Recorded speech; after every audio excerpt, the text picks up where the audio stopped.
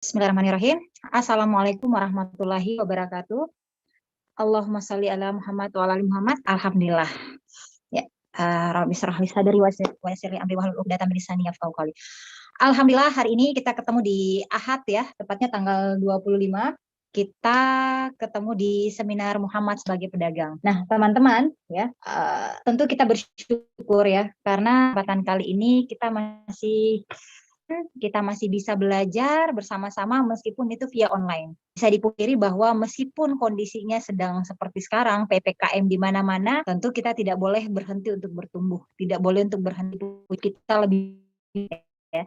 Jadi jangan ada yang putus asa kondisi-kondisi seperti saat. Nah, insya Allah ya, selama kurang lebih 1 jam ke depan, insya Allah Mas Ipo Tosa, founder motivator internasional bersama kita dengan materi Muhammad sebagai pedagang. Nah, sebelum beliau masuk, ini izinkan saya untuk share materi ke teman-teman dulu ya, pengisi. Kita akan bahas tentang orang kaya bertambah sejak pandemi berlangsung. Ini sebenarnya bukan sekedar harapan yang akan saya share ke teman-teman semua, tapi memang kita bicaranya sekarang by data. Dilihat dari data Lembaga Keuangan Kredit, selisih jumlah penduduk dengan kekayaan di atas $1 juta AS itu mencapai 171.740 orang atau naik sekitar 61,69% dari tahun ke tahun. Nah, yang saya mau bilang ke teman-teman, kita melihat PPKM di mana-mana. Kita melihat beberapa usaha gulung tikar mana. Kita melihat mungkin di sekitar kita banyak pengusaha-pengusaha yang akhirnya gulung tikar. Tapi ternyata kalau kita bicara data di sisi lain, ternyata orang kaya di Indonesia juga makin bertambah tiap tahun ya. Orang yang tadi kalau berdasarkan data itu orang yang punya kekayaan di atas $1 juta US itu Masya Allah justru bertambah sekitar 60% lebih dari tahun ke tahun. Jadi kalau dia bicaranya dari 2020 berarti sampai 2021 ini. Sebenarnya suka tidak suka kita akan bicara tentang kondisi pandemi ini ya. Mau tidak suka ya tetap sekarang kita berada dalam kondisi pandemi. Mau suka juga ini tentu banyak efeknya kemana-mana. Bahkan kalau kita bilang efeknya ini efek domino. Masyarakat kecil, PPKM, penggusuran di mana-mana terjadi. Ya, tapi tentu sebagai manusia yang alhamdulillah hari ini justru kita mau belajar nih dari sang panutan kita Nabi Muhammad SAW, kita dilarang untuk berputus asa. Justru kita diajarkan bagaimana untuk selalu berpositif ya. Jadi salah satu menurut saya saluran untuk kita dapat energi positif adalah dengan mengikuti seminar-seminar seperti ya. Saya melihat memang ya di sekitar saya teman-teman pengusaha itu Masya Allah ya, ada juga yang grow. Banyak mungkin yang mengalami kerugian, tapi di sisi lain Masya Allah banyak yang alhamdulillah lewat 2 tahun pandemi ini mereka malah lunas utang. Mereka malah bisa bangun rumah, mereka malah bisa beli mobil. Jadi memang kalau kita belajar ya, fenomena alam saja. Kalau misalnya di daerah Jawa hujan, belum tentu di daerah Sumatera juga hujan. Kalau di daerah Jawa mendung, belum tentu di daerah Kalimantannya mendung. Jadi di mana ada kegelapan, biasanya di sisi lain selalu ada yang terang. Apa yang saya bilang teman-teman adalah bahwa dengan kondisi seperti sekarang yang kita hadapi ini, tidak selayaknya lah kita masih mengeluh, tidak selayaknya juga lah kita menyalahkan keadaan. Kenapa? Karena tentu sebagai manusia yang bertuhan, apalagi kalau teman-teman yang ikut Muhammad sebagai pedagang, insya Allah yang di sini adalah Muslim semua, tentu kita harus percaya bahwa di balik musibah ini pasti ada hikmah. Ya.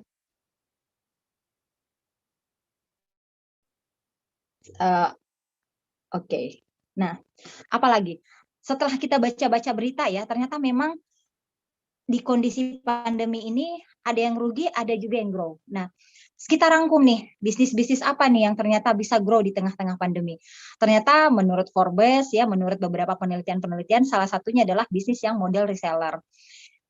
Teman-teman yang mungkin saat ini masih modal dengan bisnis konvensional ya, saya pun salah satu orang yang pernah merasakan yang namanya bisnis konvensional. Apa itu bisnis konvensional, Bu Husna?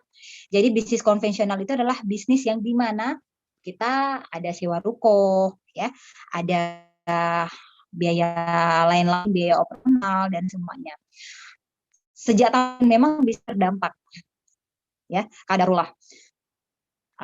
Ya apa boleh buat ya, sewa ruko dan semuanya tidak bisa dihandle dengan pembelajaran semuanya karena kebetulan bisnis saya adalah bergerak di bisnis pendidikan. Namun ternyata semakin sudah 2 tahun pandemi ini terlalu salah kalau kita tidak bisa mengambil hikmah, kalau kita tidak bisa berubah. belajar dari data tadi, ternyata memang ada 5 bisnis nih yang insya Allah ternyata tetap grow di tengah pandemi. Salah satunya adalah bisnis reseller, ya, online shop. Sekarang mama-mama ya, kalau kita lihat, kita tidak tahu itu ternyata mama-mama dari sekarang bisa menghasilkan. Apalagi nih yang kedua, selain bisnis reseller, bisnis makanan. Ya, sejak PPKM di mana-mana ya, PPKM di mana-mana, orang tidak bisa beli makanan di luar nih, tidak bisa makan di luar. Sedangkan orang yang di rumah tentu tidak bisa masak, tidak semuanya bisa masak. Sebagian besar itu adalah belanja makanan via online. Makanya tercatat ya, tahun ini tuh Amazon mencetak penjualan terbanyak. Itu salah satu penjualan online. Meskipun Amazon tidak semua menjual makanan ya, tidak makanan siap saji, tapi memang orang lebih cenderung memilih belanja online ketimbang datang langsung ke toko. Ya. Apalagi pandemi tahap 2 ini dengan ya bermacam isu lah ya teman-teman ya.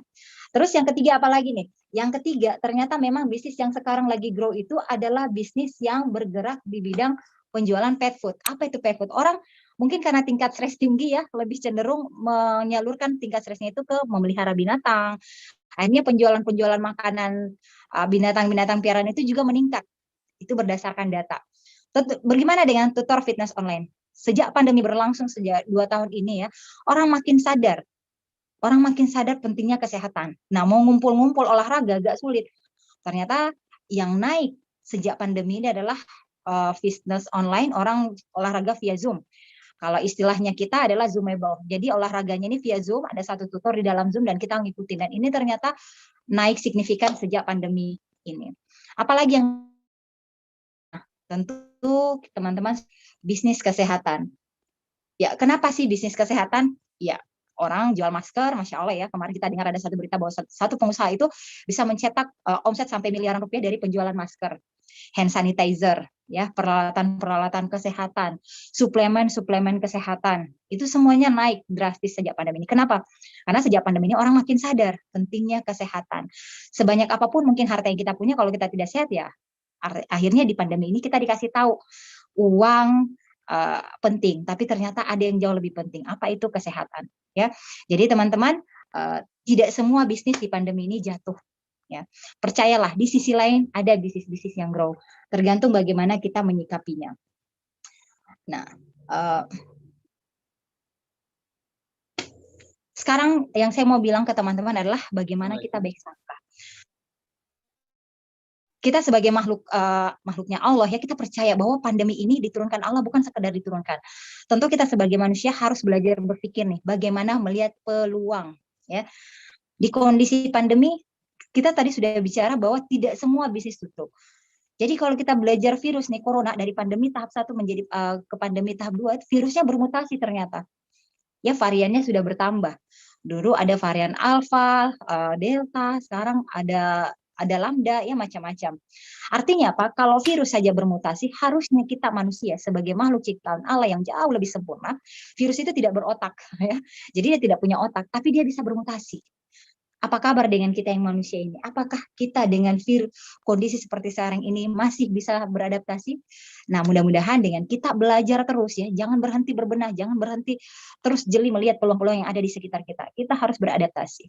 Ya. Dengan apa? Dengan kita belajar. Jangan berhenti, jangan menyalahkan keadaan. Fokus sama peluang-peluang yang ada di depan mata.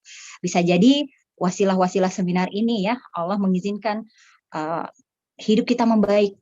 Karena kan Allah sudah bilang, Allah tidak akan mengubah nasib seorang hamba jika hambanya tidak merubah nasibnya sendiri.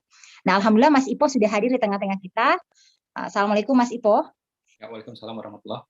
Ya, insya Allah selanjutnya saya akan persilakan kepada Mas Ipo untuk memulai seminarnya. Terima kasih Mas Ipo. Ya, assalamualaikum warahmatullahi wabarakatuh. Ya, alhamdulillah, Allahumma sholli ala Muhammad wa ala Muhammad. Teman-teman yang mendengar suara saya dengan jelas ya, coba ngacung tangannya di layar boleh? Ya, kasih 2 jempol, ya, nggak usah raise hand, kasih 2 jempol boleh.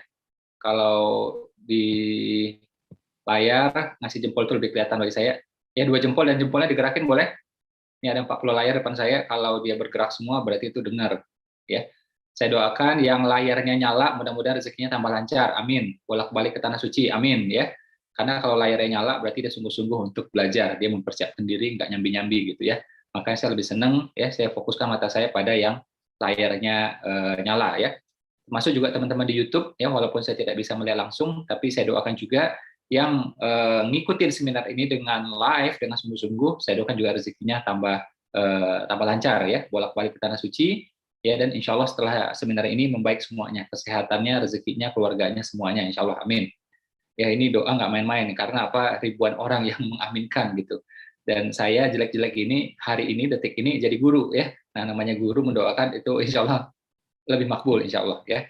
Oke, ini sebagai pengantar ya, buat teman-teman ya, saya akan bahas sekitar 2 menit, 3 menit ke depan ya, bagaimana sejarah perniagaan di Indonesia, terutama di kalangan Muslim ya.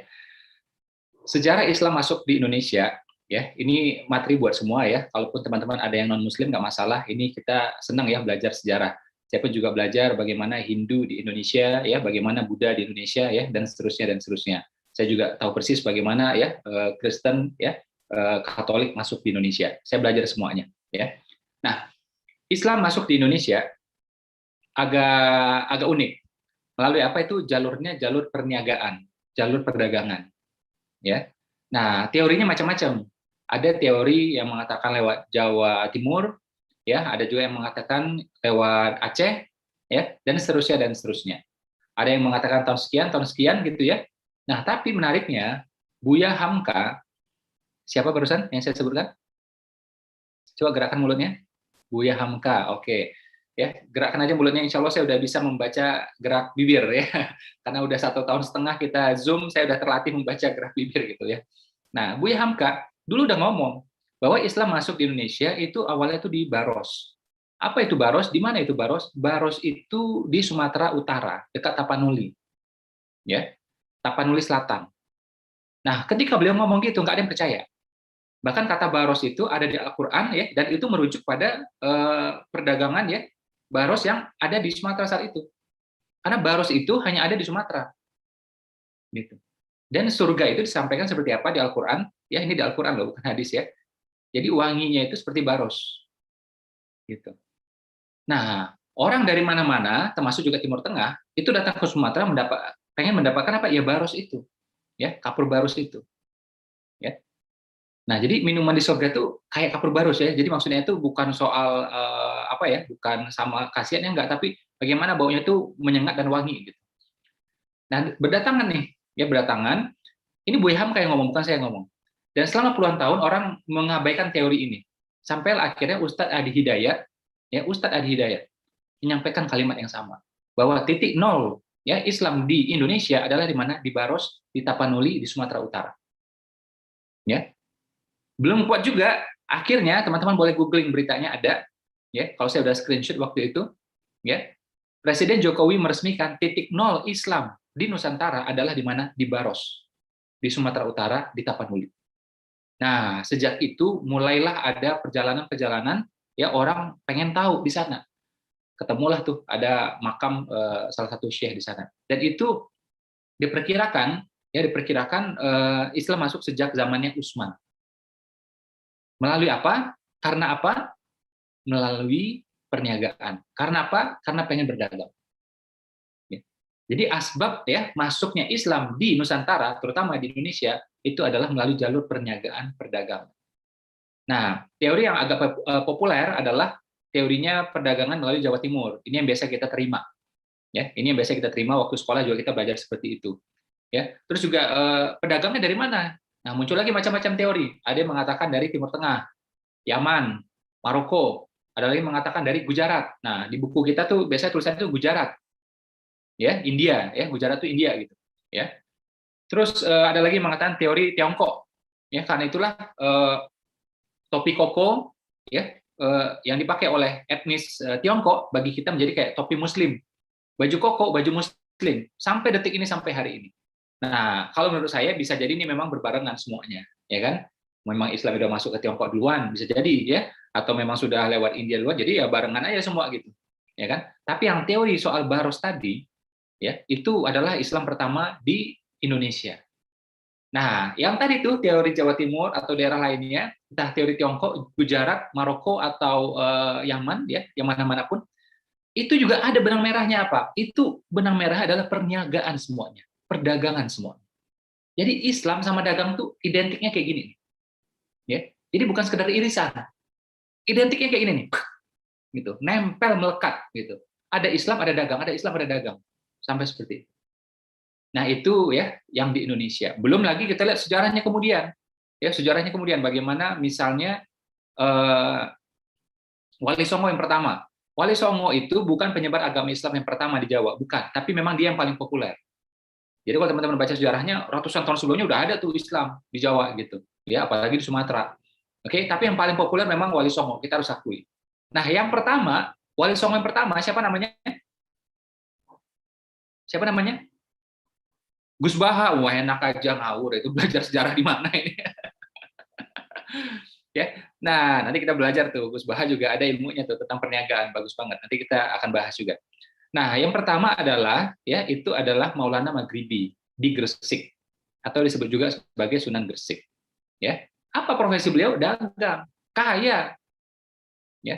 Saya senang banget ya di layar ada yang ikut acara ini bersama pasangannya, ada juga bersama anaknya ya, alhamdulillah. Ada juga bersama kucingnya, masya Allah kucingnya tambah pintar 1 jam ya. Nanti 2 jam kemudian kucingnya bikin seminar sendiri sesama kucing ya. Ya mudah-mudahan yang double ikut ya, mudah-mudahan tambah berkah gitu ya. Nah itu wali songo pertama itu juga dagang teman-teman. Dia ya yang membiayai wali-wali berikutnya. Wali-wali berikutnya itu ada yang cucunya, ada yang menantunya, ada yang muridnya. Beliau membiayai. Silahkan lihat ke makamnya, lihat ke masjidnya. Jelas di sana disampaikan bahwa beliau adalah pedagang, pedagang besar. Kita buka juga sejarah disampaikan, beliau perdagangan. Beliau ahli 3 hal, perniagaan, irigasi, ya, dan pengobatan. Makanya salah satu raja waktu itu minta tolong ke dia agar putrinya diobati. Ya, datanglah nih, ya Maulana Maghribi diobati dan sembuh, alhamdulillah. Ya kan? Nah, akhirnya si raja ini akhirnya diajak masuk Islam. Raja ini nggak mau, ya. Nah, tapi sebagai kompensasi ya si Maulana Maghribi ini dikasih wilayah untuk bebas berdakwah. Itu asal usulnya. Jadi ada Islam, ada perniagaan. Seperti itu teman-teman, identik. Ya.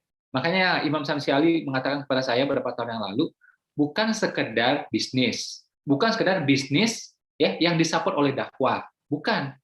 Atau bisnis mensupport dakwah, bukan sekedar itu. Ya, bukan ini support ini, bukan sekedar itu. Tapi bagaimana bisnis itu adalah dakwah beneran.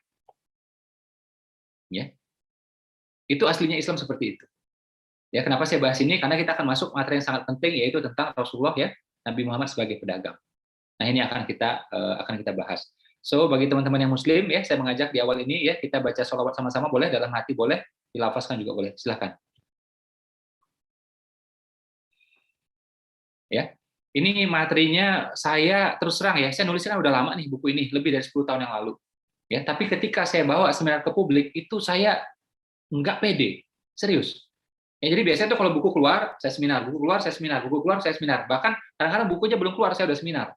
Contohnya kayak 7 Hajab Rezeki, itu belum keluar bukunya, saya udah seminar. Ya, apalagi kalau bukunya keluar, ya udah kita seminar, gitu.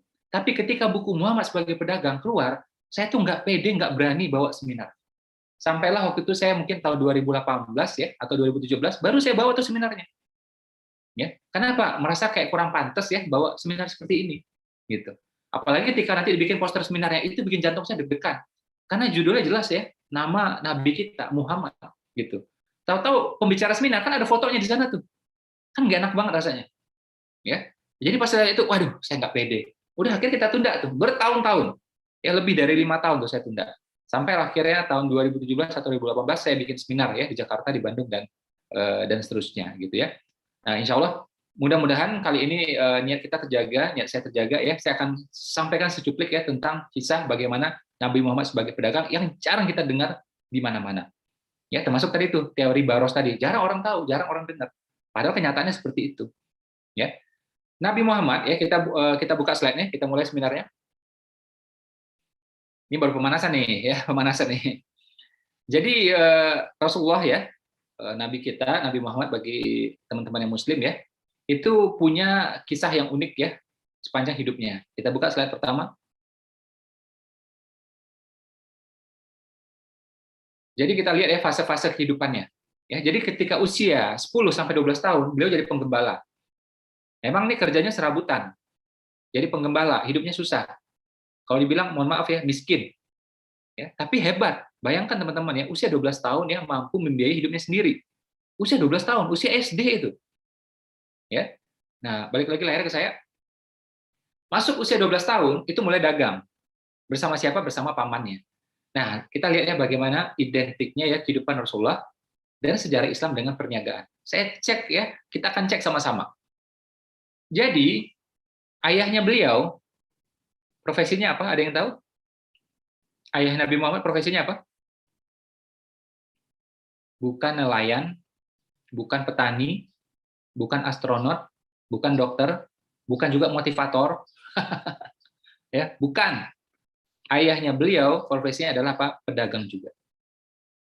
Meninggal ketika apa? Ketika perjalanan dagang. Bukan wisata, bukan jalan-jalan. Ya. Tapi ketika perjalanan dagang meninggal. Ya. Jadi meninggalnya pun dalam perjalanan dagang, luar biasa coba. Paman-paman beliau hampir semuanya dagang. Pamannya kan ada banyak tuh, hampir semuanya dagang. Dan akhirnya Nabi Muhammad pun juga ikut dagang, magang bersama pamannya. Ya, ini ayah meninggal, titiplah sama kakek. Kakeknya meninggal gitu. Sendiri dia. Ya, dan ketika pamannya mau berangkat dagang itu, Nabi Muhammad waktu itu masih kecil bilang, "Apakah engkau sampai hati meninggalkan aku seperti ini?" Wih, pamannya langsung hatinya luruh.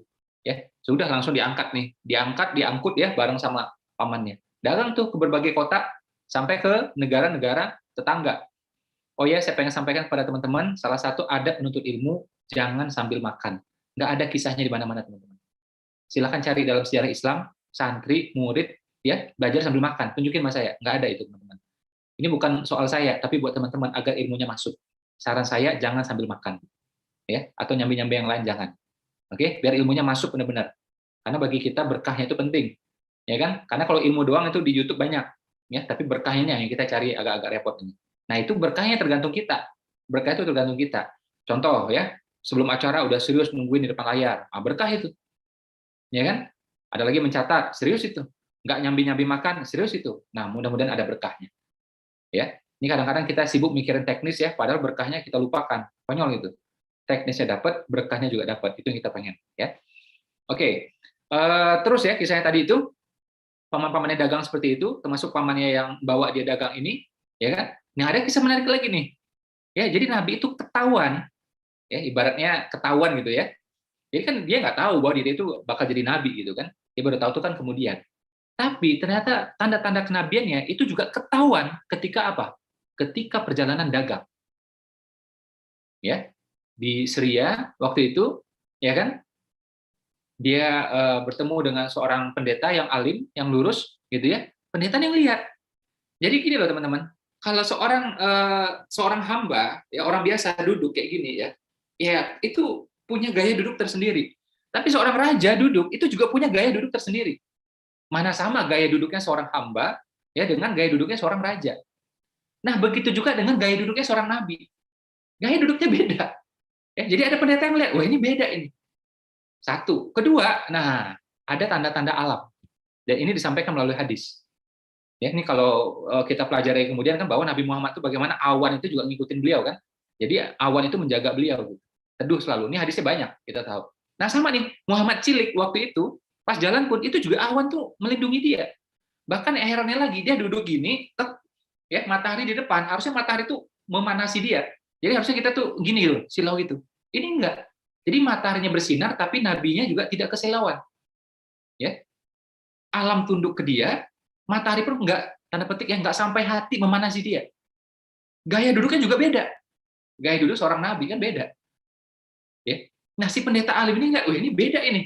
Disamperin. Ya.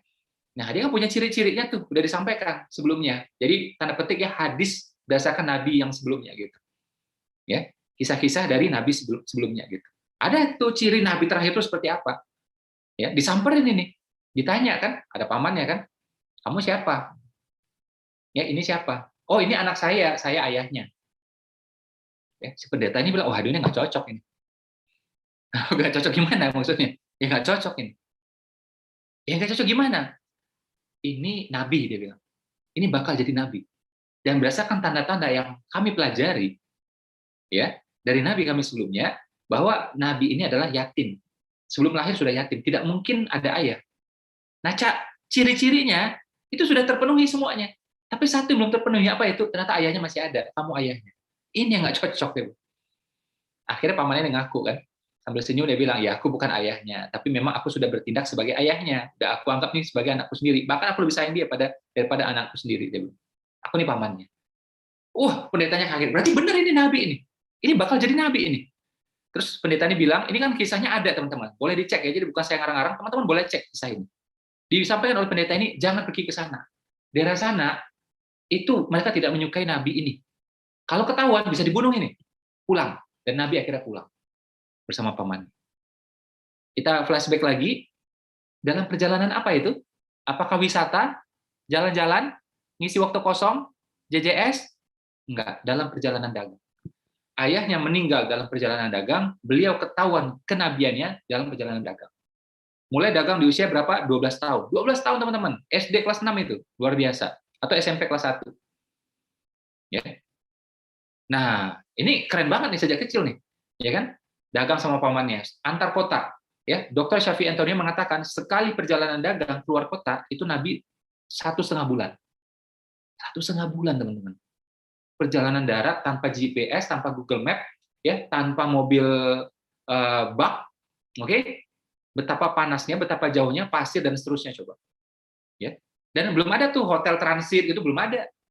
Ya, misalnya Amaris, Fave itu belum ada. Ya. Jadi kebayang tuh panas seperti apa, capek seperti apa. Untuk seorang Muhammad cilik yang usianya masih 12 tahun. Ya. Tapi beliau ditempa di sana, kuat akhirnya fisiknya dan ngerti ilmu dagang akhirnya. Sampai akhirnya usia 17 tahun beliau dagang sendiri, nggak sama pamannya lagi, udah bisa mandiri nih. Dan pamannya juga udah melepaskan. Dagang sendiri lah. Dagang sendiri usia 17 tahun. Tanya diri kita, 17 tahun ngapain kita? Paling banter ngebut di jalan. Ya kan? Lari motor teman, ya kan? Kalau nggak motor orang tuanya, ngebut-ngebut di jalan. Itu kelakuan kita. Ya, bensin habis minta lagi sama orang tua. Mah, bensin nih, bensin gitu. Itu kelakuan kita coba. Sama, saya juga kayak gitu, ya. Ya, beliau 17 tahun udah dagang sendiri coba. Masya Allah. Nah, ketika dagang ini memang beliau terkenal jujur. Ya, jujur dan apa dan bisa dipercaya. Ini dua hal berbeda nih. Jujur ya dan bisa diandalkan. Ada orang jujur tapi mutar uang nggak bisa. Dikasih uang habis, dikasih barang habis, untung nggak jelas. Ah, ini nggak bisa diandalin nih orang. Ya kan? Ada juga tuh bisa minta memutar uang tapi yang nggak jujur. Ini repot juga ini. Nah, Nabi Muhammad tuh jujur dan bisa diandalkan. Honest and reliable. Ini mahal ini. Nah, karena dua ciri inilah akhirnya muncul ya gelar ya kepada Nabi waktu itu ya seorang Muhammad muda, gelarnya apa? Al-Amin, yang terpercaya. Jadi Al-Amin itu bukan sekedar jujur teman-teman, tapi bisa diandalkan. Beredar tuh, Muhammad mana itu, Muhammad itu yang Al-Amin, Al-Amin, Al-Amin, beredar itu.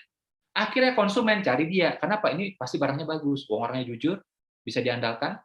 Investor juga cari dia, yang punya barang cari dia, ya, yang punya barang titipin ke dia, yang punya uang titipin ke dia. Konsumen pun kalau perlu carinya ke dia. Beredar tuh kabar Al-Amin, Al-Amin, Al-Amin. Sampai Nabi usia 20-an. Ya. Sekitar usia 24 25 itu ada seorang pedagang kaya raya di Mekah. Dengar juga kabar itu. Tapi nggak langsung percaya. Beliau kirim utusan. Ya sudah coba kamu dagang bareng sama dia, jalan bareng sama dia. Orang kaya, nggak mungkin terjun langsung. Dan dia keluarga terhormat, bangsawan. Ya, berdasarkan silsilah sebelumnya, dia terhormat. Dan sekian persen harta di Mekah itu adalah hartanya dia. Nggak mungkin dia terjun langsung dong, gitu kan? Dia kirim orang dan untuk menjaga marwah dirinya. Ternyata benar, utusan itu pas pergi pulang, dia bilang, oh memang benar ini Al-Amin. Orangnya jujur, santun. Ya, kalau makan itu barang orang lain, ajak orang lain. Kalau ada mitranya janjian sama dia, ditungguin sama dia, nggak pernah telat. Ya, kalau mitranya telat, ditungguin sama dia. Pernah juga, ya, kalau bahasa sekarang tuh berjam-jam nungguin mitranya yang telat itu. Pernah waktu itu kasusnya 1 hari lebih. Ya, pas datang, ya Nabi bilang, kemana saja engkau? Aku nunggu dengan gelisah, dia bilang. 1 hari lebih ditungguin sama Nabi waktu itu. Beredar kabar ini kan, dan memang kabar itu jujur. Akhirnya pedagang yang kaya raya ini sounding lah. Dia bilang apa? Aku ingin menikah sama dia.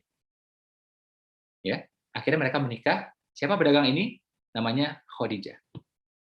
Ya, salah satu orang terkaya di Mekah. Dan memang garisnya beda. Dia bangsawan, wanita terhormat. Sekian persen harta di Mekah miliknya dia. Ya, dan mas kawinnya Nabi kepada Khadijah itu nggak main-main teman-teman. Silakan buka kitab Ar-Rahiq Al-Maktum, ya terjemahan halaman 110 sebelah kanan atas disampaikan. Ya, Ini bukan niru-niru Ustaz Ari Hidayat ya. Malu saya kalau niru-niru, nggak pantas saya. Ya. Itu di kitab itu disampaikan ya, kitab Ar-Rahi Al-Maktum, bahwa Nabi ya memberikan mas kawin kepada Khadijah itu puluhan onta. Kalau dirupiahkan nilainya ratusan juta rupiah. Teman-teman bayangkan, kita dulu pas nikah usia 25 tahun, 26 tahun, ngasih mas kawin apa? Ayo jawab, hei. Kasih itu kan, katanya biar mulia Mas Ipo, kasih Al-Quran. Padahal biar hemat maksudnya, biar hemat itu. Dia kasih itu mushaf Al-Quran itu ya, harga 75.000 diskon, ya kan? Nah, dia kasih lagi biar ingat sholat Mas Ipo, kasih sajadah, ya kan? 120.000, ya kan? Bukan tentang sholatnya, biar hemat itu tujuannya. Padahal kalau kita tahu dalam Islam itu mahar artinya harta. Jadi sebaik-baiknya mahar itu memang sifatnya harta. Makanya wanita zaman dulu di kampung-kampung sekalipun ya, di kampung itu ya dikasih yang sifatnya itu harta. Sawah, ladang, kebun, kerbau, sapi, kayak gitu, apa yang dianggap harta. Nah, manusia zaman sekarang nggak ngerti ilmunya. Ngenteng-ngentengin, dikasih sajadah murah, mohon maaf. Ya, termasuk juga saya dulu nggak ngerti soalnya. Saya juga kasih mukena ke istri waktu itu. Tapi waktu itu saya cari mukena paling mahal di kota saya cari waktu itu. Ya, sekitar 2 hari, 3 hari saya cari waktu itu bersama ibu saya, dapat yang paling mahal. Nah, udah. Ya, tapi harusnya itu benar-benar mahar. Adabnya wanita meringankan mahar, adabnya laki-laki membesarkan. Nah, jadi di mana ketemunya tuh enak. Sekarang ini dibalik, wanita minta gede, laki-laki minta murah, tawar-tawaran. Jadi nanti pas deal udah nggak cocok tuh, jadi hati itu udah nggak enak jadinya. Adabnya wanita meringankan, adabnya laki-laki membesarkan. Ya, nah balik nih kisah ini. Akhirnya apa? Beliau menjadi couplepreneur. Seorang Muhammad muda usia 25 tahun dan Khadijah, wanita yang lebih senior lagi di atasnya dia, menjadi couplepreneur. Kita baru ngoceh ya tentang couplepreneur ini di tahun 2000-an. Nabi dan Khadijah udah bikin 14 abad yang lalu. Couplepreneur. Makin besar bisnisnya, makin kaya. Ya. Nah, beliau ya jalan nih bisnis sampai tahap namanya itu freedom. Financial freedom. Nah, usia 37 38 ya itu bisnis sudah ditinggalin sama beliau, udah jalan sendiri. Ya, udah jalan sendiri udah. Nah, beliau ngapain? Beliau mulai merenung. Karena beliau gelisah kan, lihat di Ka'bah itu banyak berhala-berhala. Orang juga ibadahnya suka-suka. Bahkan kita buka ya di kitab-kitab, ada itu yang ibadahnya dengan cara apa? Dengan telanjang. Mereka muter tuh Ka'bah telanjang. Itu cara mereka nebus dosa. Ya. Mereka menganggap itu cara yang lebih murni, cara yang lebih suci. Itu saya buka itu di kitab-kitab ada. Saya tanya Ustaz juga dijawab seperti itu. Ada memang. Ya. Jadi dia bilang ini ngawur sudah itu. Dan berhalanya makin banyak. Yang awalnya 1, 2, kemudian sampai 360 lebih. Ada yang paling gede kan? 2 itu Lata Uzza itu. Makin gelisah beliau nih, nggak enak gitu. Dan berhala itu dirancang sendiri sama manusianya. Dan macam-macam. Ada yang dari tepung, ada yang dari perunggu. Yang kaya bikin dari perunggu. Yang miskin dari tepung. Pas lapar, Tuhannya dimakan sama dia. Ya kan? Lapar, ya kan? Tuhannya dari tepung dimakan sama dia. Coba ya, luar biasa orang zaman dulu kan Tuhan aja dimakan coba. Nah ini kan gelisah nih, nggak enakan. Akhirnya beliau menyendiri, ya, mulai merenung kan, merenung ini mana yang benar tuh yang mana gitu, dan manusia ini mau dibawa kemana gitu. Nah itu usia 37 38. Bayangkan teman-teman ya, beliau merenung tuh di mana? Di Gua Hira. Coba pikir pakai logika, apakah mungkin beliau di sana merenung gitu ya diam-diam tanpa menafkahi istri? Tidak mungkin. Pasti beliau menafkahi istri.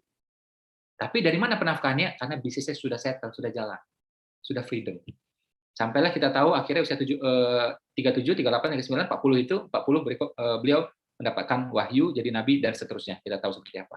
Nah, kisah di awalnya jarang orang yang tahu. Kalau kisah wahyunya kita udah tahu semua. Ya, yang awal ini jarang orang tahu. Dan kita ini setiap kali cerita tentang nabi, coba lihat tuh Ustaz di masjid-masjid, di mushola-mushola. Cerita nabi apa? Miskin mulu ceritanya. Seneng banget kalau cerita nabi miskin tuh penuh gairah dia. Oh, nabi juga miskin, nabi juga miskin.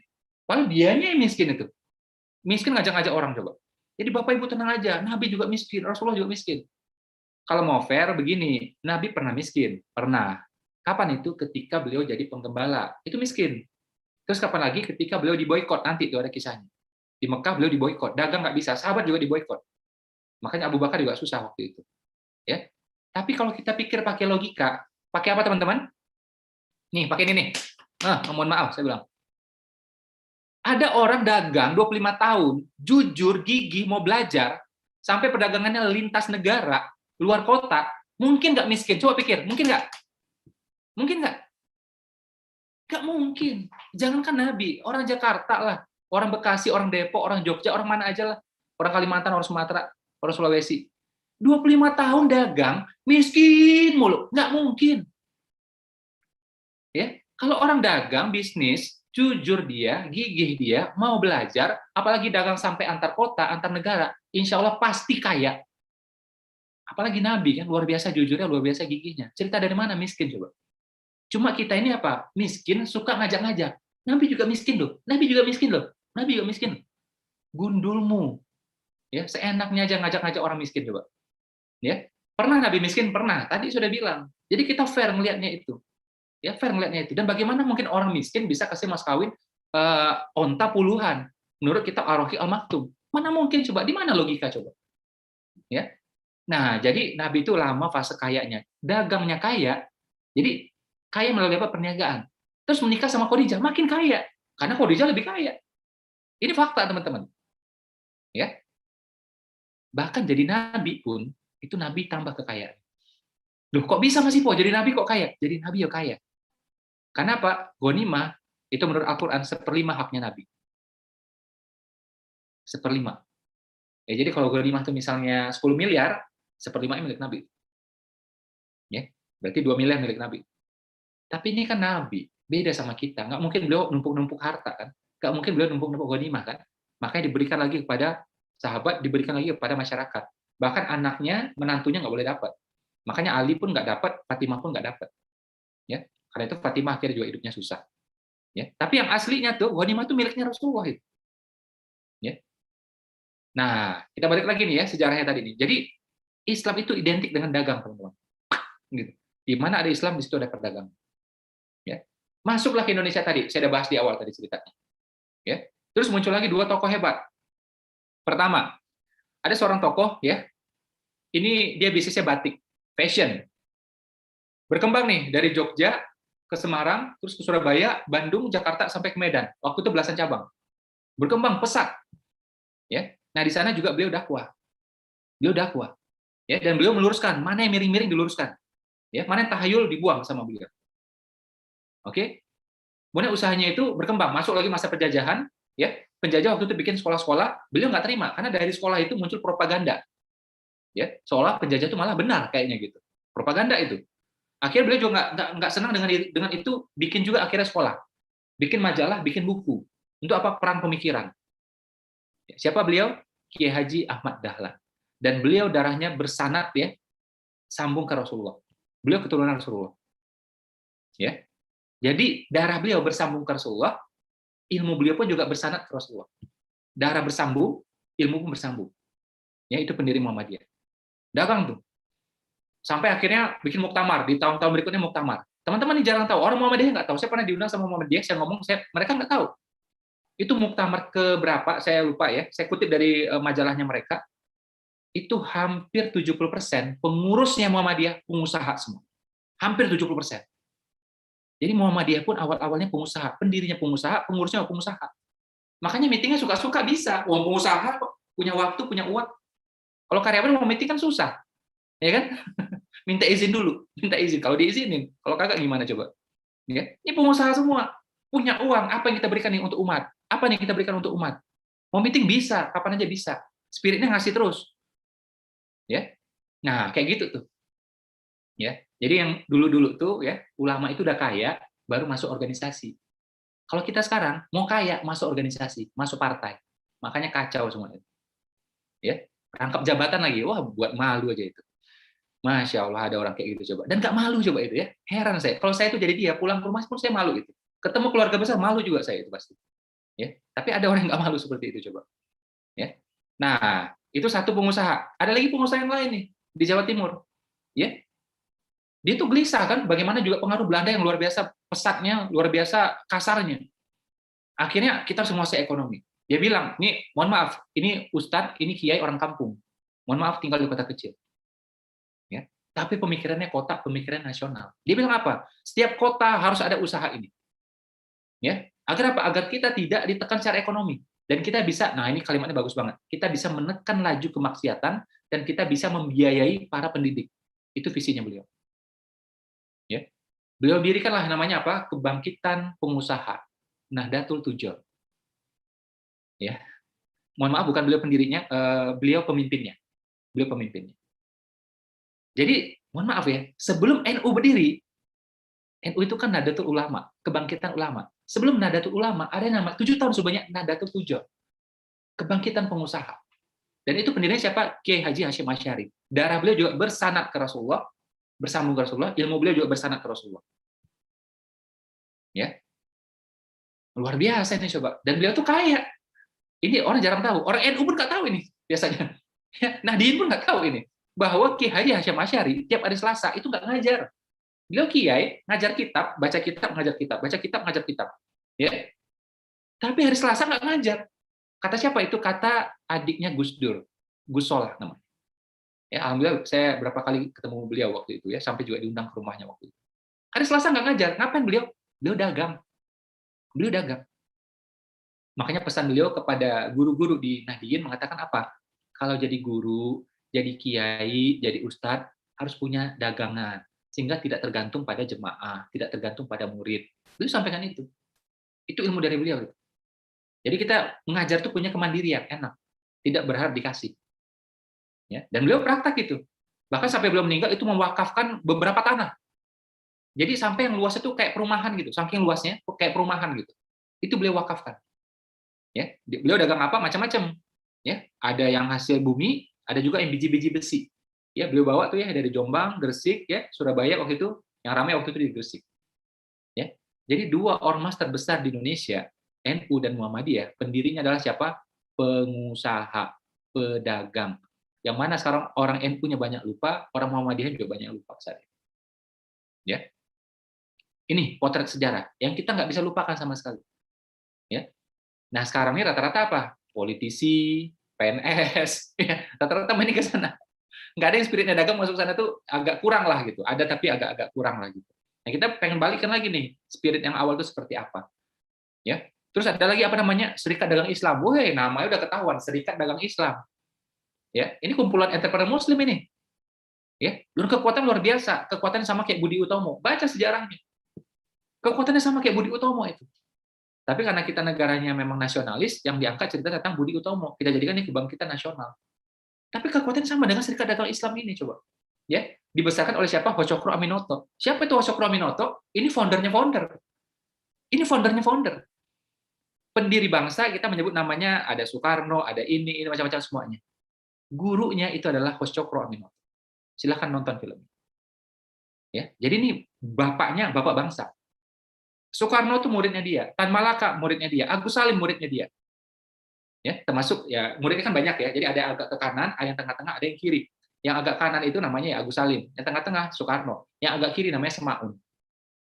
Ya, akhirnya ada gerakan agak kiri sedikit lah seperti itu. Tapi memang muridnya banyak. Saking percayanya ini ya Hochokro Aminoto sama Soekarno, akhirnya anak kandungnya dinikahkan sama Soekarno. Karena menurut dia anak ideologisnya dia itu Soekarno. Makanya anak biologisnya dia, putrinya dinikahin sama Soekarno. Soekarno magang di rumah dia. Ya, jadi Nabi Muhammad itu hebat karena apa? Magang. Ya, Soekarno juga magang. Maka magang itu penting itu, bagus itu ilmu magang itu. Yang penting kita magang sama orang yang tepat. Ya, insya Allah kita akan jadi orang yang hebat. Ya. Nah, jadi lihat nih sejarahnya nih dari tanah suci tadi sampai tanah air, sampai tanah abang. Ya, ini dagang semua ini. Tanah suci, tanah air sampai tanah abang, dagang semua. Islam itu dagang gini. Nabi totalnya berdagang berapa lama? 25 tahun. Ya, saya termasuk orang yang getol ngomong ini ya selama belasan tahun terakhir. Akhirnya alhamdulillah sekarang banyak juga yang ngomong seperti ini. Saya senang. Ya. Jadi gini teman-teman. Coba yang muslim coba ngacung tangannya. Woi. Nah, kita kan tahu nih kalau muslim ya, hadis itu apa sih? Sunnah itu apa sih? Jadi kalau Nabi melakukan sekali aja, berapa kali teman-teman? Sekali aja, contoh gini ya, Nabi ngambil sesuatu, dipindahin sama Nabi, misalnya, sekali aja. Atau ada ranting, ya, Nabi patahkan sekali aja, terus ada lagi ditusuk sama dia ke tanah, gitu kan? Kan pernah tuh kayak gitu, ya. Ada pohon, ya, dipindahin sama Nabi, ditaruh di atas makam. Sekali aja Nabi lakukan itu. Ya, naik onta, gimana caranya? Turun onta, pegang pelana, gimana caranya? Nabi melakukan sekali aja, termasuk juga mencium hajar aswad, sekali aja. Sekali aja. Berapa kali teman-teman?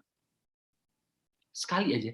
Itu menjadi patokan bagi seluruh muslim di seluruh dunia sampai akhir zaman. Kecuali nanti ada hadis atau ayat yang menasakh itu, yang membatalkan itu. Ya. Jadi diterusin tuh tradisi Nabi itu. Nabi melakukan sekali aja, apa aja. Contoh Nabi pakai baju putih, pernah juga Nabi pakai selempang hijau. Makanya selempang hijau dipakai oleh teman-teman di NU ya, juga termasuk teman-teman di FPI ya, hijau. Gitu. Ya. Nabi apa aja lah, dari segi pakaian, gaya jalan, ketawa, makan kurmanya, ya 3 butir yang diambil itu jadi patokan bagi kita seumur hidup kita. Bagi seluruh muslim sampai akhir zaman. Kecuali nanti ada hadis atau ayat yang membatalkan itu. Satu kali doang. Pertanyaan saya berikutnya. Nabi dagang berapa kali? Nabi dagang berapa kali? Bro, sis, tolong jawab, oi. Nabi dagang berapa kali? Berkali-kali, ratusan kali, ribuan kali selama 25 tahun. Jadi harusnya memang sudah fitrahnya kita ngikutin plek, plek, plek. Karena ini bukan pesan yang isyarat. Ini pesan yang terang benderang. Anda dagang, antum dagang. Ini kasih contoh 25 tahun. Ini di kepala muslim kita, hobinya apa? PNS aja gitu. Kerja aja gitu. Itu hobinya. Jarang berpikir dagang. Bukannya nggak boleh jadi PNS, silakan. Tapi kalau ngecek hidupnya Nabi nih, lebih lama dagangnya. Lebih lama dagangnya. Dan khalifah-khalifah itu, mereka udah mapan di bisnis, baru akhirnya jadi pemimpin khalifah. Abu Bakar, Umar, Utsman gitu kan. Udah kaya di bisnisnya. Makanya bisa ngabdi untuk masyarakat dengan full tenaga gitu. Ya, full waktu gitu. Karena bisnisnya udah settle. Ya. Jadi, mohon maaf bagi teman-teman yang muslim, andai kata nggak dagang, itu memang nggak ngikutin Nabi. Aneh itu. Tersinggung ya biarin. Salah sendiri kenapa ikut seminar ini. Ya, kalau kita, mohon maaf ya, ada profesi yang lain. Misalnya ya, ada nggak dalam sejarah Islam cerita tentang pertanian? Ada. Tentang laut? Ada. Ya, tentang angkasa? Ada. Tentang militer semuanya itu ada. Tapi yang Nabi contohkan benar-benar, ya, sepanjang almost seluruh waktunya adalah perdagang. Ya, adalah perdagangan. Saya belajar, saya ketemu teman-teman jurnalis. Ya, mereka juga punya tuh istilah prophetic jurnalistik. Jadi bagaimana menjadi wartawan menurut ilmu-ilmunya dari Nabi, prophetic Islam. Ya, tapi pernah nggak Nabi jadi wartawan langsung? Nggak pernah, kan secara profesi nggak pernah. Tapi bagaimana wahyu disampaikan, nah itu ilmu wartawan tuh.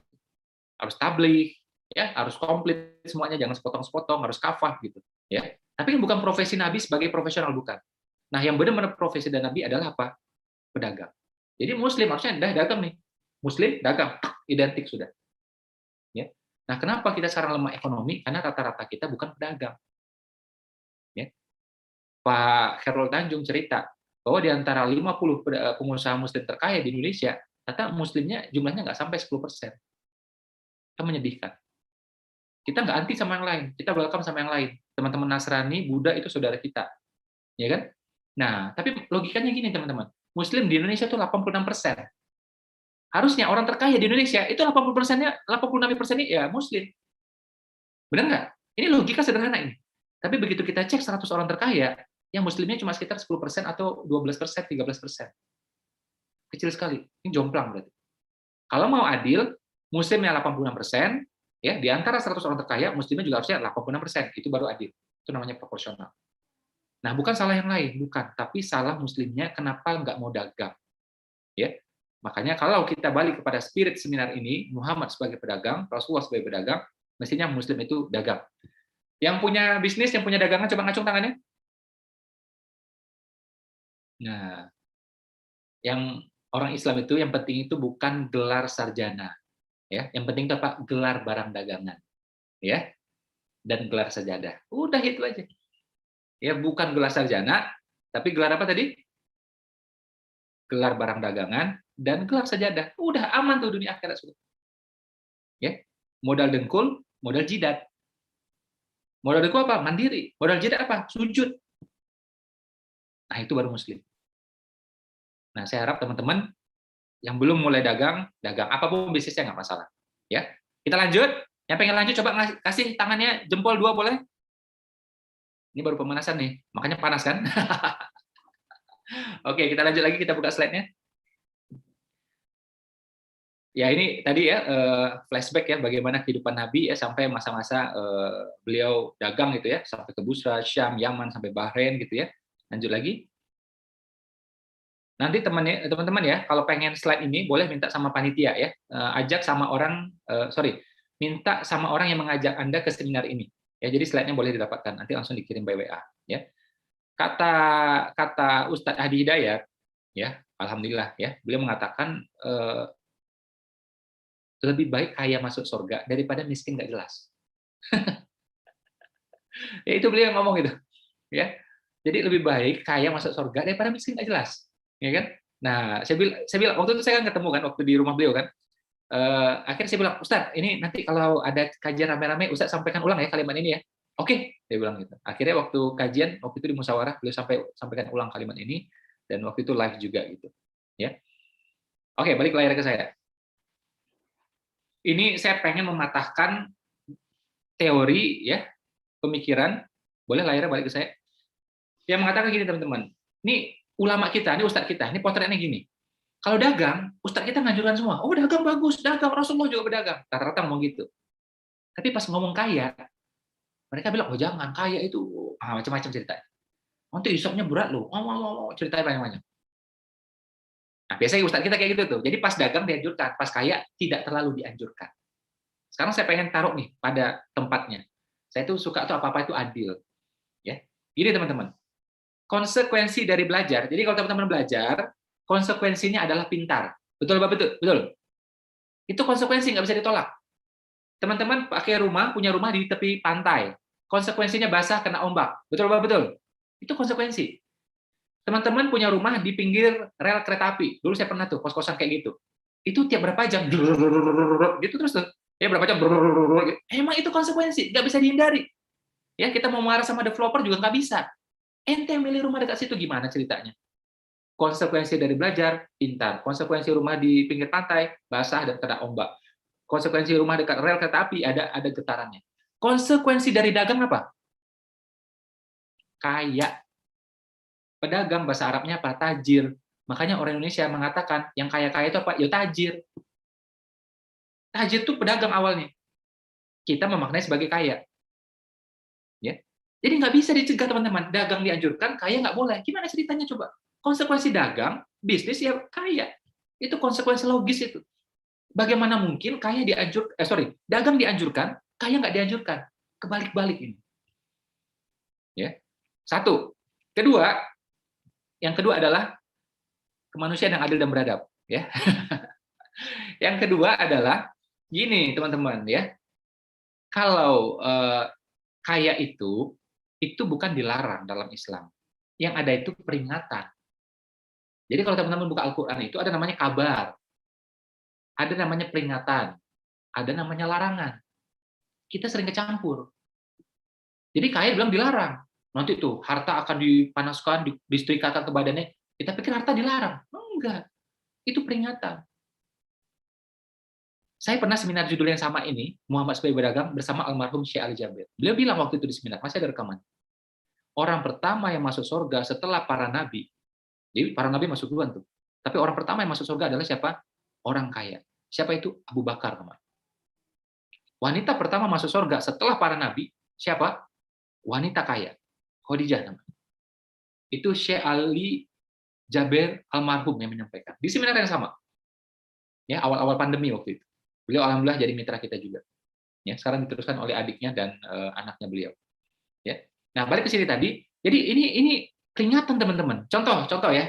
Saya kasih contoh nih, ayat yang ngomong apa? Harta dan anak adalah ujian. Anak dan harta adalah ujian. Betul? Ini peringatan, bukan larangan. Bukan dilarang punya anak. Ente disuruh punya anak. Ya, cuma hati-hati, ini ujian. Nah, ujian beda sama larangan.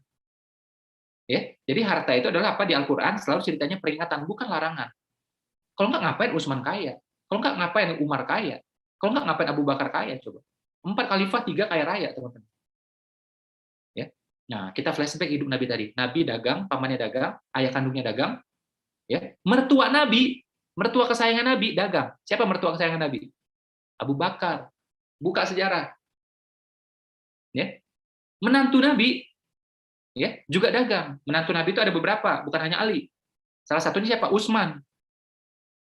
Ya, Utsman itu bahkan menikahi anak Nabi itu dua, satu dinikahi, kemudian meninggal, terus nikah lagi berikutnya. Karena itu Utsman gelarnya dua cahaya.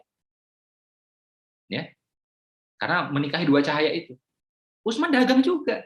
Jadi ayah Nabi, paman Nabi, mertua Nabi, menantu Nabi dagang semua. Pengganti Nabi, ya, dari Abu Bakar, dari Abu Bakar, Umar, Utsman dagang juga semua. 4 khalifah, 3-nya dagang. 10 orang dijamin masuk surga, 8-nya pedagang. Islam masuk ke Indonesia melalui apa? Jalur dagang. Ada mazhab yang terbesar di dunia itu 4. Mazhab terbesar apa? Ada yang tahu? Mazhab apa? Yang paling besar itu Imam Hanafi. Ya, kita ini kan Syafi'i nih. Syafi'i itu berguru pada muridnya Imam Hanafi. Namanya Muhammad Al-Syabani.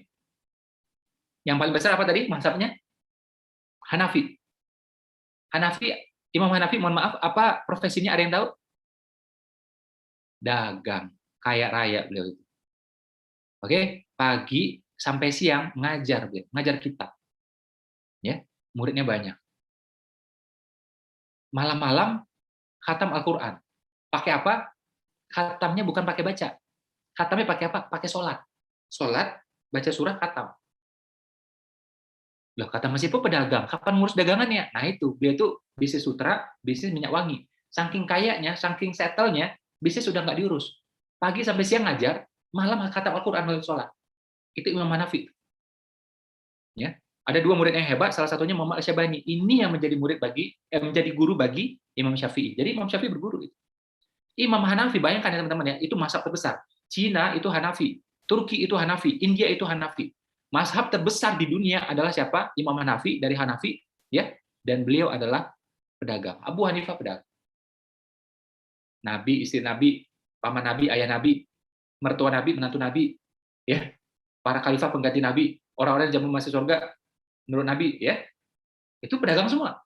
Imam Hanafi dagang juga, ya, termasuk tadi orang yang mempopulerkan Islam di Jawa, Wali Songo, wali pertama dagang juga. Islam masuk pertama Indonesia dagang juga. A sampai Z dagang semua, teman-teman. Ya. Nah, makanya adalah terlalu ya kalau kita nggak ngerti hal kayak gini. Makanya Allah itu ngomong sama kita juga pakai perumpamaan dagang. Maukah engkau aku tunjukkan perniagaan yang menguntungkan? Setelah sholat apa? Bertebaran di muka bumi. Cari keuntungan. Jadi Allah ngomong ke kita seolah-olah kita ini pedagang semua. Nih saya tanya balik lagi nih ya, mohon maaf jangan tersinggung. Janji ya, jangan tersinggung ya. Jangan ngomel-ngomel loh. Ya. Karena apa? Kalau ngomel juga saya nggak peduli. Uang saya nggak dengar. Ya. Zakat, ini mohon maaf ya. Bagi teman-teman yang ini, mohon maaf saya bilang. Zakat pun yang ada adalah apa? Yang ada adalah zakat dari perniagaan. Tidak ada zakat dari kerja. Awalnya tidak ada. Jadi Allah berasumsi kita tuh dagang. Berapa zakatnya ini? 1/40 atau 2,5%. Perniagaan. Zakat perniagaan ada. Atau apa? Zakat dari sawah ladang kebun. 1/10 ini. 10%.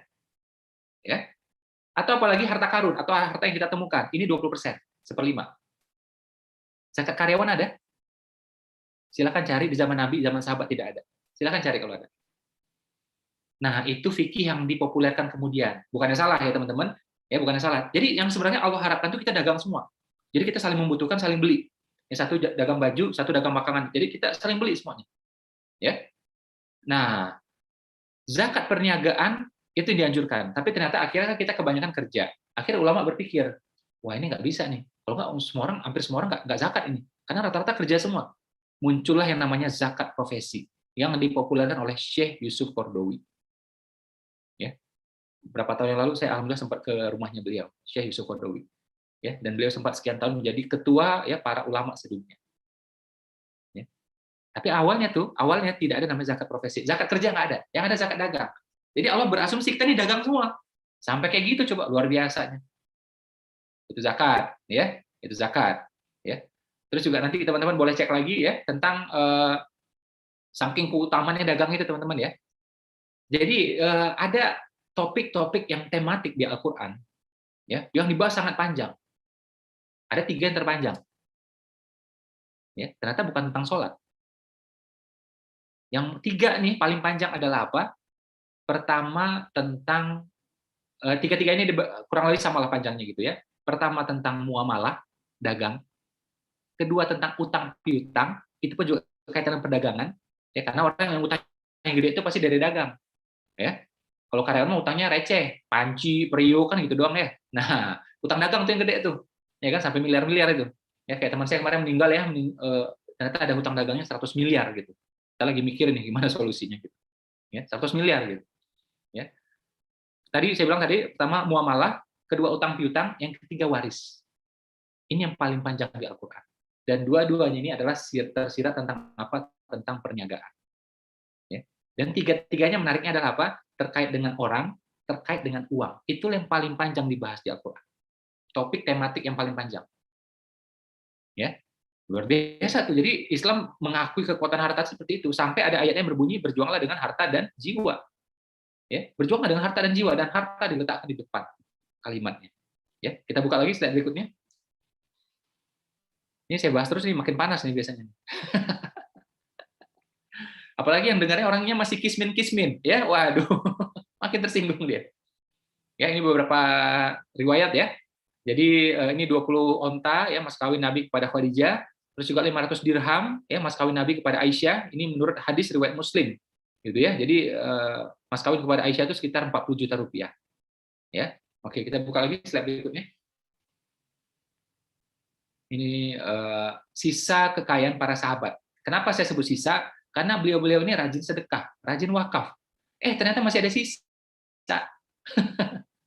Nggak mungkin seorang Abdurrahman bin Auf hobinya numpuk-numpuk harta. Nggak mungkin. Utsman hobinya numpuk-numpuk harta. Nggak mungkin. Beliau-beliau ini rajin sedekah, rajin wakaf. Masih ada sisa. Nah, ini teman-teman baca sendiri. Abdurrahman bin Auf masih sisa hartanya ketika meninggal 6,2 T. Zubair 3,5 T. Utsman yang kita bilang paling kaya, itu 2,5 T. Ternyata ada yang lebih kaya kan? Zubair dan Abdurrahman bin Auf. Tolha setengah T.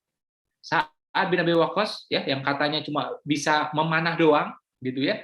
Bisanya cuma dakwah doang, katanya kata orang yang nggak ngerti gitu ya. Ternyata kaya luar biasa. Harta tersisa 15 M. Ya, memang beliau jago panah. Beliau juga doanya makbul, tapi juga beliau pedagang yang kaya, 15 miliar sisa harta. Ya, kadang-kadang kita melihatnya sepotong-sepotong. Oh iya, Sa'ad itu ini jago memanah gitu. Ya, doanya makbul, itu doang taunya. Baca dong sejarahnya komplit. Ya. Dan beliau ini memperkenalkan Islam ke Cina, ya. Makanya menurut satu riwayat saya sudah kunjungi juga ya, itu makamnya Sa'ad bin Abi Waqqas di Cina. Ya, walaupun ya namanya semua makam sahabat itu pasti perdebatan semuanya. Kecuali makamnya Abu Bakar, kecuali makamnya Umar. Ya, makam sahabat saya yang lain itu pasti perdebatan semua. Ya. Sama juga Nabi ya, makam Nabi itu yang nggak ada perdebatan ya makam Nabi Muhammad. Nabi yang lain pasti perdebatan semua. Ya. Oke, kita buka lagi slide berikutnya. Ini foto sama almarhum ya, guru kita. Saya juga udah tanya ulama-ulama kontemporer, ya. Saya tanya sama Syekh Yusuf Kordowi, Syekh Yusuf Estes, Dr. Zakir Naik, Ustadz Numan Alikan tentang harta, nggak ada masalah sama sekali. Semua membolehkan. Ya, peringatannya itu hati-hati, karena nanti apa dihisap. Ya, kalau hartanya nggak beres, nanti lama masuk surga. Tapi kalau hartanya untuk kebaikan, nah insya Allah ya akan mempercepat hisap. Ada satu hadis yang mengatakan bahwa harta itu adalah syafaat. Nanti harta yang baik bisa memberikan syafaat di akhirat nanti. Ya, dan hadis ini diposting ya sama saya baca tuh di webnya, di postingannya NU ya, NU online dan Muhammadiyah ya, Lensa Muhammadiyah ya. Jadi harta yang baik nanti di akhirat bisa menjadi syafaat, menjadi penolong bagi kita. Jadi semakin banyak hartanya dan baik, dia ngasih syafaat ke kita. Ya. Oke, lanjut lagi.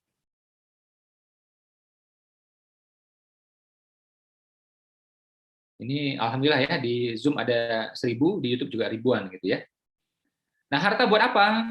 Ya, harta menurut saya ya ini selagi hidup ya bisa buat apa? Hukazis. Hukazis itu singkatan teman-teman biar gampang diingat. Haji, umroh, kurban, akikah, zakat, infak, sedekah. Hukazis.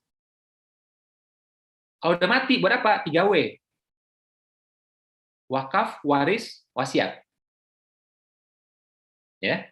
Buka lagi berikutnya.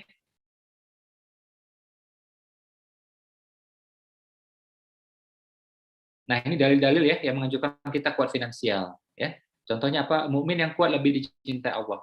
Kuat apanya? Fisiknya, finansialnya, hartanya, imannya, amalnya, kuat. Dan hadis lain mengatakan sebaik-baiknya harta berada di tangan orang beriman. Jadi kalau sudah beriman harusnya berharta. Terus ada lagi hadis mengatakan tinggalkan ahli warismu dalam keadaan cukup. Itu lebih baik daripada mereka lemah minta-minta. Ya. Nah, akhirnya juga ada yang bunyinya kurang lebih seperti ini. Ya, ini adalah anjuran-anjuran agar kita kuat finansial, kuat fisik, ya, kuat pemikiran, intelektual, kuat juga spiritual, iman, ilmu, ya. Ini kuat, ya. Kuat dalam afiah, ya, kuat dalam kebaikan. Oke, buka lagi yang berikutnya.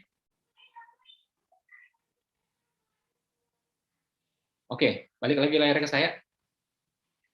Nah, sekarang kita masuk ke teknis ya, apa yang bisa kita lakukan pada hari ini, ya. Saya bikin seminar ini ya itu karena apa? Merasa muslimin tertinggal. Kita sama sekali tidak anti sama yang lain. Di kalangan keluarga saya pun ada yang non muslim gitu. Tapi memang muslimin tertinggal. Apa salahnya kita bikin seminar khusus buat mereka, apalagi pandemi seperti ini. Jujur Pak ya, Bu, saya itu udah mungkin 3 tahun, 4 tahun ya, itu menarik diri dari media, menarik diri dari liputan. Udah malas kita diliput. Makanya undangan apapun yang even sebelum pandemi itu saya rata-rata ada tolak semuanya. Ya, apalagi pandemi makin saya tolak. Nah, saya itu tampil kemarin di awal pandemi di detik.com aja waktu itu. Karena orang lagi susah banyak, akhirnya saya tampil gitu ya. Nah, saya seminar seperti ini juga sama, niat saya pengen jadi solusi buat teman-teman ya, jadi solusi buat teman-teman agar pandemi ini jadi berkah yang luar biasa. Gini teman-teman, awan itu ya, misalnya lagi mendung. Di sini mendung, tidak semuanya mendung. Di sebelah sini pasti cerah. Betul nggak? Jadi mendung tuh sebagian. Sama juga uang, ya, uang yang berada di Indonesia, ya, ini tergantung bulan berapa ya. Tapi anggaplah ya, satu bulan itu beredar 6.000 triliun. Uang itu tetap berputar, teman-teman. Ya. Sekarang masalahnya Pak, di tangan siapa? Ke rekening siapa? Di bisnis apa? Itu aja. Jadi uang berarti itu tetap, bukannya uang itu berhenti, enggak. Apalagi kita orang beriman, kita tahu bahwa rezeki itu juga tetap ada, benar nggak? Selagi ada umur ada rezeki. Jadi malaikat maut itu dia kan mantau kita terus tuh, net gitu. Malaikat penabur rezeki juga mantau kita tuh. Ikut terus dia dua-duanya itu. Selagi ada umurnya ada rezekinya, ada umurnya ada rezekinya. Ya. Jadi misalnya ada orang misalnya dia koma, mohon maaf ya, terkapar gini misalnya. Ya. Atau dia sempat pulih sebentar, sejenak gitu ya. Terus wah, kamu pulih ya, alhamdulillah. Mau makan apa sekarang? Ya, mau makan bubur misalnya. Makanlah dia bubur. Setelah makan bubur, tahu apa? Dia meninggal. Ya, tahu dia meninggal. Apa artinya itu? Itu bubur itu rezekinya dia. Jadi ibaratnya mau meninggal pun belum diizinkan meninggal. Sampai dia makan rezekinya itu. Setelah cukup rezekinya, barulah dia boleh berpulang. Nah, gitu, kisahnya itu seperti itu. Oke? Jadi ada umur pasti ada rezeki. Nah, sekarang pandemi sekalipun itu ada yang rezeki.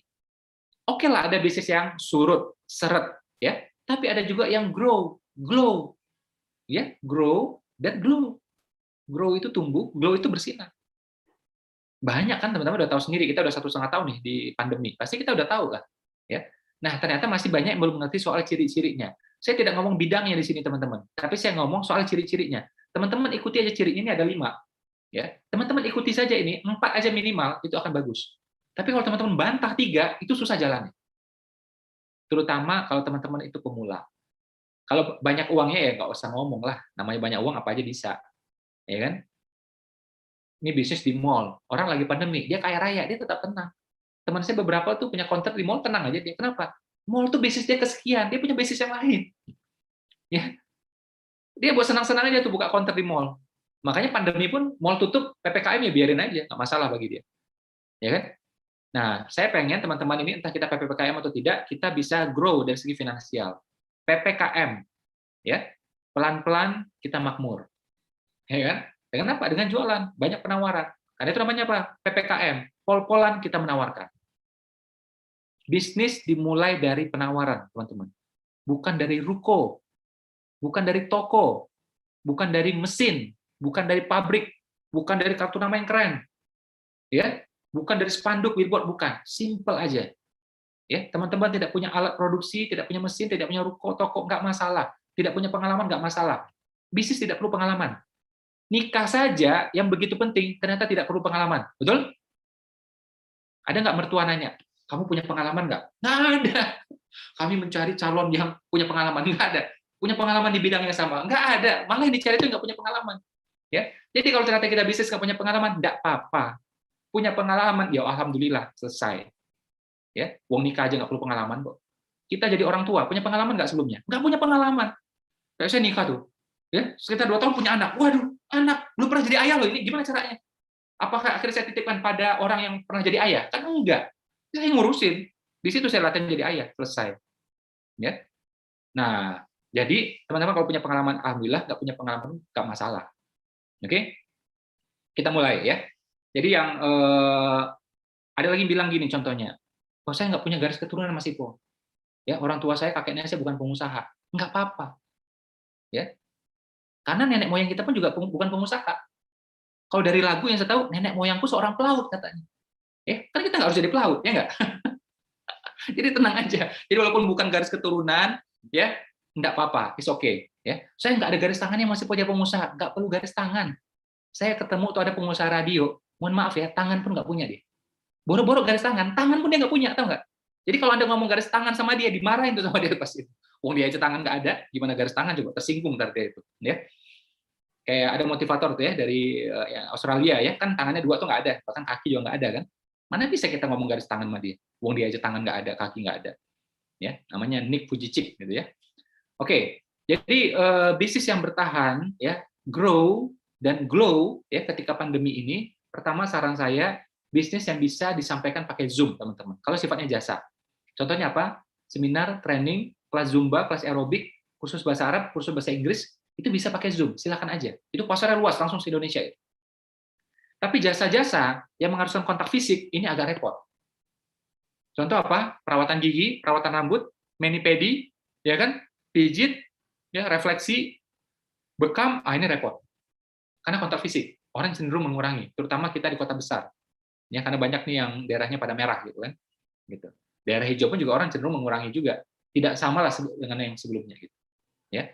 Jadi, wah kan saya udah terlanjur Mas Ipo, saya udah bisnis bekam 12 tahun ini, masa saya mau tutup gitu aja? Saya udah bikin salon Mas Ipo, ini udah jalan 7 tahun ini, masa mau tutup gitu aja? Saran saya, nggak usah ditutup. Cuma kita mesti taktis, kita mesti fleksibel. Kalau salon, sekarang dijual adalah apa? Mungkin toner buat rambut, misalnya. Kita ngurusin rambut, kan customer udah ada. Tinggal broadcast ke dia, WA, SMS, atau telepon, ada toner buat rambut. Nah, bisa dijual. Pasarnya luas, bisa dikirim. Ya. Nah, jadi misalnya itu ya, atau yang lainnya silakan. Atau bekam, oh gimana Mas Ipo, ini orang nggak mau datang bekam ini? Ya memang orang nggak bisa dipaksa. Ya, satu. Terus gimana nih Mas Ipo? Nah kan udah punya customer. Customer-nya dijualin produk yang kira-kira seirisan. Contohnya apa? Jual habatus sauda, minyak zaitun, madu, dan sejenisnya. Nah ini kan masih nyambung nih dengan yang bekam tadi. Jangan jual yang aneh. Jual apa? Pellet racing. Susah itu. Orang yang biasanya bekam kok dijualin pellet racing. Atau jual genteng gitu. Wah, nggak susah, nggak agak susah itu. Ya, jadi yang seirisan. Enak, nariknya itu enak. Gitu. Nah, jenis barang yang saya usulkan buat teman-teman, jadi kalau jasa tadi adalah jasa yang zoomable. Kalau nggak bisa zoomable, berarti sifatnya produknya harus apa? Deliverable. Ya, ini istilah saja teman-teman ya. Maksudnya apa? Mudah dikirim, murah dikirim. Apa tadi istilahnya? Mudah dikirim, murah dikirim.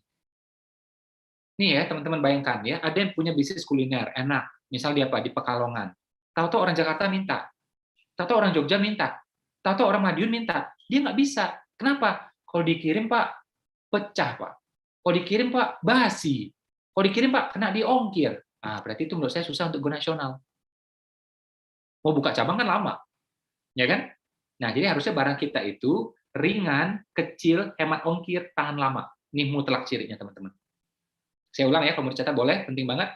Ringan, kecil, hemat ongkir, tahan lama. Jadi kita punya bisnis misalnya di mana? Di Jogja, oh bisa kirim ke Kalimantan. Sampit bisa, Kalimantan Barat, Pontianak bisa, Singkawang bisa, Samarinda, Balikpapan bisa, Tenggarong bisa, Berau bisa, Sulawesi bisa.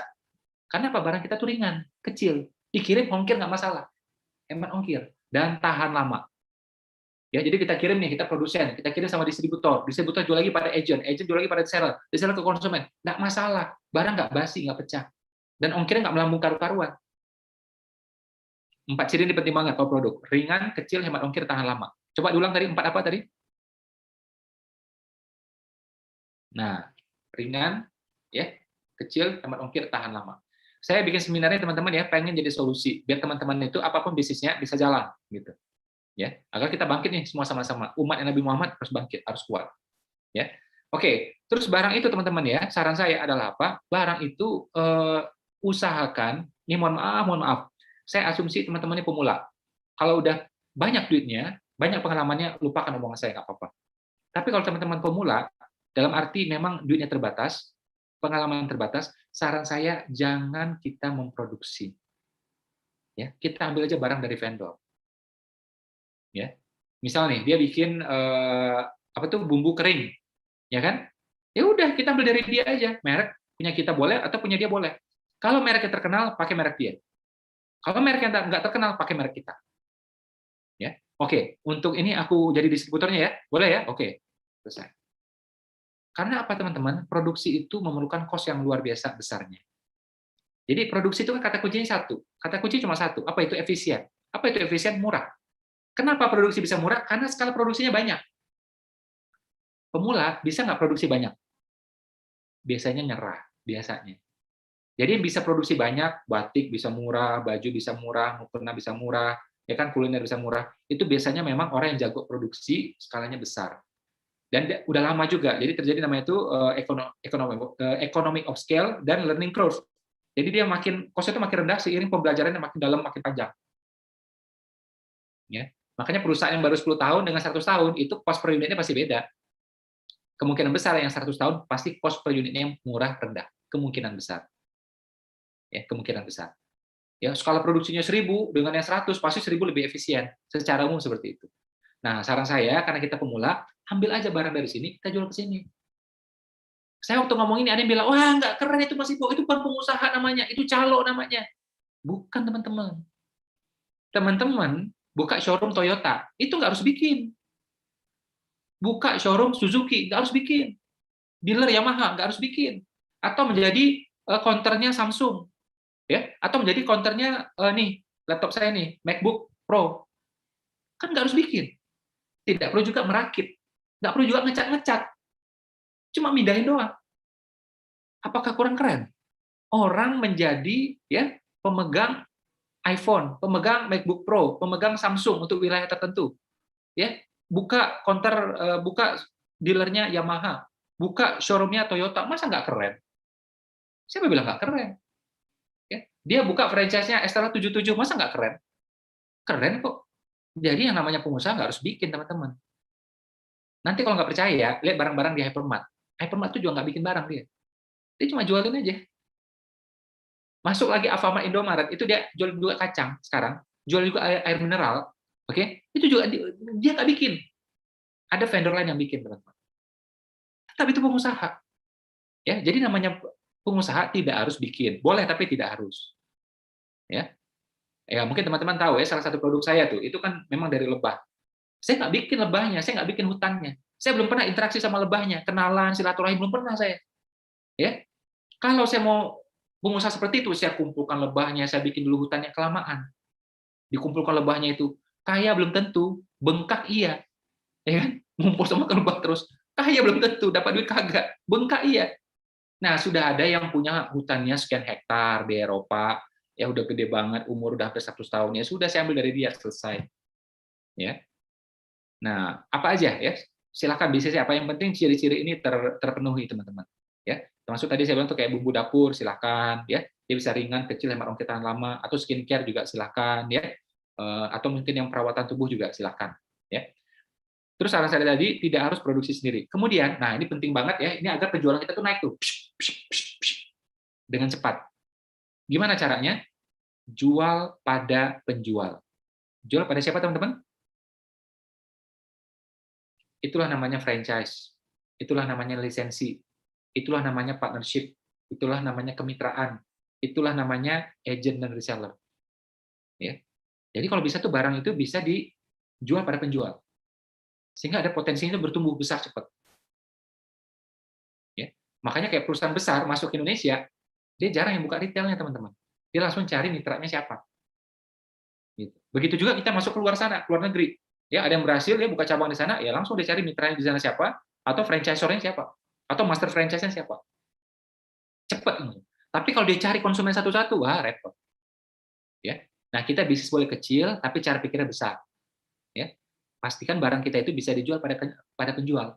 Contoh, misal teman-teman jual kue kering, ya, kecil tapi enak ya dan harganya lumayan. Oke, nggak apa-apa, bagus. Bisa nggak tadi ciri-ciri dipenuhi? Ringan, kecil, hemat ongkir, tahan lama. Oh, bisa Mas Ipo. Oke.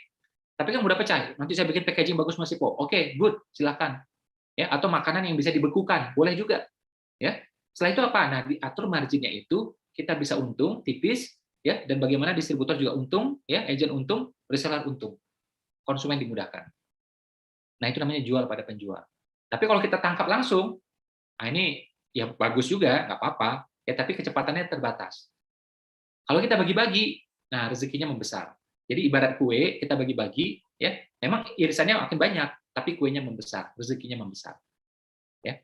Nah, itu saran saya kepada teman-teman. Jadi bisnisnya apa aja, tapi ciri-ciri tadi tolong dipenuhi. Ya, kalau ini terpenuhi, nah insya Allah tuh rezekinya oke. Mau pandemi, setelah pandemi, apapun nggak masalah. Ya, ini pandemi 1,5 tahun, saya punya mitra, alhamdulillah itu ada puluhan ribu. Alhamdulillah justru pandemi ini kita naik, karena kita penuhi ciri ini. Dan saya memang 99% di rumah aja. Mitra juga saya perintahkan di rumah aja. Ada urusan yang urgent baru keluar. Saya sangat keras, sangat saklek, ya. Karena memang banyak yang kena, ya, beberapa juga efeknya lumayan fatal gitu. Makanya saya bilang, udah di rumah aja, saya bilang. Kita nggak tahu mana yang sehat, yang benar-benar sehat, kita nggak tahu. Ini contoh ya, kayak sahabat saya itu, suami istri, ya, kena COVID. Suami istri umur hampir-hampir 40. Meninggal, teman-teman. Dua-dua itu meninggal. Ya. Malah nggak ada, sakit parah tuh nggak ada. Tapi orang tuanya, ini qadarullah nih, ya, orang tuanya kena COVID juga, punya sakit bawaan. Masih sehat sampai sekarang. Ya parah lah gitu ya, tapi sampai sekarang masih hidup gitu, mohon maaf. Nah, kita kan nggak tahu nih siapa yang kuat, siapa yang lemah kan gitu. Ya sama kayak kita dulu zaman flu lah, zaman sebelum pandemi ya, kena flu. Itu juga kan flu itu macam-macam. Ada yang flu itu bikin kita sakit kepala, nggak bisa bangkit, tidur aja gitu. Tapi ada flu yang bikin kita ya tenang aja kan, kita bisa jalan-jalan gitu kan. Nah, kan kita nggak tahu. Jadi saya sarankan kepada mitra saya di rumah aja kita menghasilkan dari rumah. Ternyata bisa teman-teman. Saya minta mereka juga mengikuti cara-cara yang tadi itu, ya, ringan, hemat ongkir, tahan lama, itu kan. Kalaupun misalnya pakai Zoom juga itu lebih baik daripada kita pertemuan fisik. Bisa, alhamdulillah. Nah, saya harap ya teman-teman bisa dapat solusi dari sini, ya. Ini kita bikin sebenarnya gratis ya. Kalau teman-teman pengen bayar ke saya, ya, saya minta satu aja ya, mohon doa buat saya, buat keluarga saya, mudah-mudahan selalu sehat ya, sehingga bisa ngasih ilmu seperti ini lagi. Mungkin itu saja dari saya. Terima kasih banyak teman-teman. Kita tutup ya sebenarnya dengan membaca alhamdulillah. Alhamdulillah. Itu saja. Assalamualaikum warahmatullahi wabarakatuh. Waalaikumsalam warahmatullahi wabarakatuh. Ya. Waalaikumsalam warahmatullahi wabarakatuh. Ya. Terima kasih teman-teman semua dan mari kita ucapkan terima kasih banyak buat Mas Ipo dan mendoakan beliau mudah-mudahan sehat selalu. Terima kasih Mas Ipo. Terima kasih Mas Ipo. Terima kasih banyak Mas Ipo. Terima kasih banyak Mas Ipo.